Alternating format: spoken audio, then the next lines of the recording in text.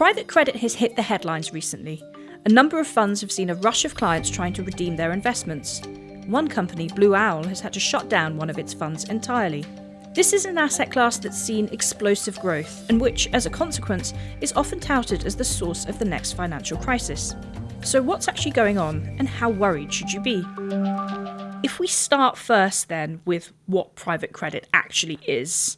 Mike, you're our Wall Street editor. Explain it to us. I think the broadest version of this is it's loans lent by firms that aren't banks, alternative asset managers often, and lending that's not done in the bond market. So anything that comes between those two things is fair game as the broadest definition of private credit. It's typically bought by a third group. So it'll be bought by insurance companies, pension funds down the line.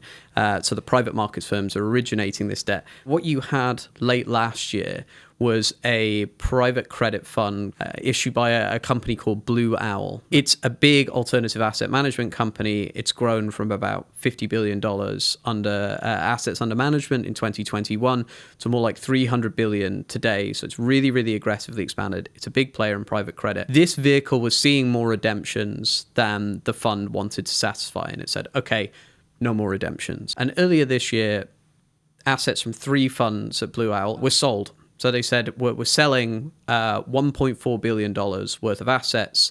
We're going to redeem these investors. They're just going to be redeemed in chunks as we see fit. And they closed the fund down. This has sort of accelerated the feeling of panic.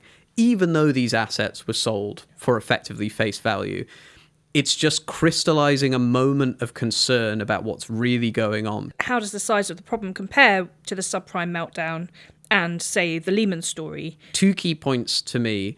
One is that these assets aren't perceived as safe, and they never have been.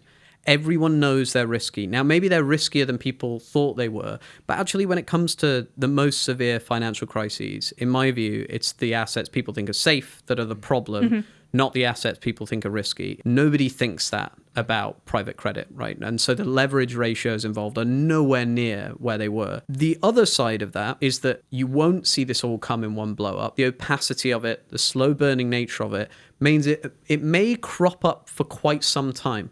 So it may be that we're years down the line and you realize some of these insurance products are maybe not as well backed as you would have liked them to be. You can see the economic impact, I think, trickle out for quite a bit further. It won't be a one moment explosion like the collapse of Lehman Brothers.